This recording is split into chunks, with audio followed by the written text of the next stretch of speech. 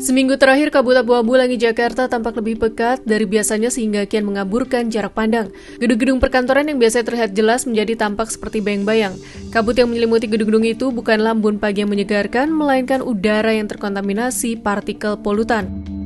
Berdasarkan pantauan di situs IQR Senin 12 Juni 2023 pukul 08.45 WIB, kualitas udara Jakarta masuk kategori tidak sehat dengan indeks kualitas udara 154 dan konsentrasi PM2,5 sebesar 60,5 mikrogram per meter kubik atau 12 kali lipat lebih tinggi dari batasan WHO yang sebesar 5 mikrogram per meter kubik.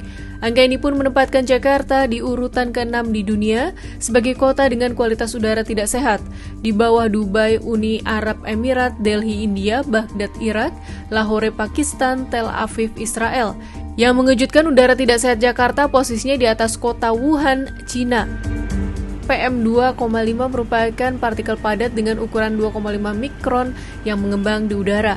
Peningkatan kadar polutan tersebut perlu diwaspadai karena mampu masuk ke sistem pernapasan manusia dan menyebabkan banyak penyakit. Ukurannya yang puluhan kali lebih kecil dari diameter rambut manusia ini menyebabkan PM2,5 dikatakan sebagai pembunuh senyap yang sangat membahayakan. Batuk, nyeri tenggorokan, hidung berair, dan sesak napas adalah tanda tubuh terpapar polusi udara. Dampak lanjutannya adalah sakit kepala, lemas, hingga mual. Apabila dibiarkan, hal itu akan berpotensi besar menyebabkan penyakit asma, pneumonia, tuberkulosis, hingga kanker. Pada level lebih tinggi, polusi udara ternyata mengurangi usia harapan hidup manusia.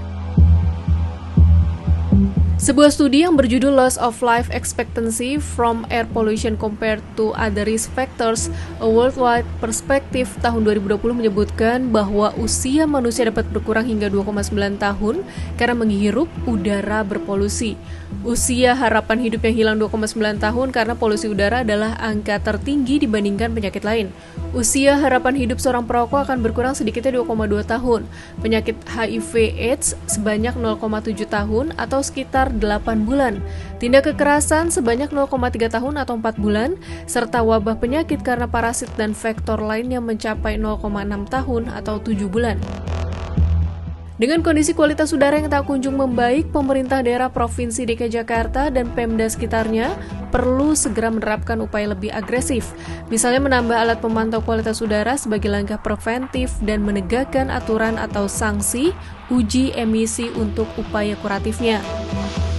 Pengendalian polusi dari sektor transportasi menjadi salah satu langkah strategis juga untuk mengurangi kadar polusi di Jakarta.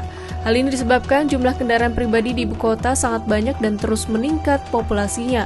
Berdasarkan data BPS DKI Jakarta, sepanjang periode 2018 hingga 2022, jumlah kendaraan bermotor tumbuh hingga 4,1% setiap tahun. Aksi agresif Pemda dalam mengatasi pencemaran udara Jakarta harus dilakukan secara konsisten dengan menyasar lebih banyak faktor penyebab polusi. Jaminan lingkungan yang sehat dan nyaman adalah hak setiap individu.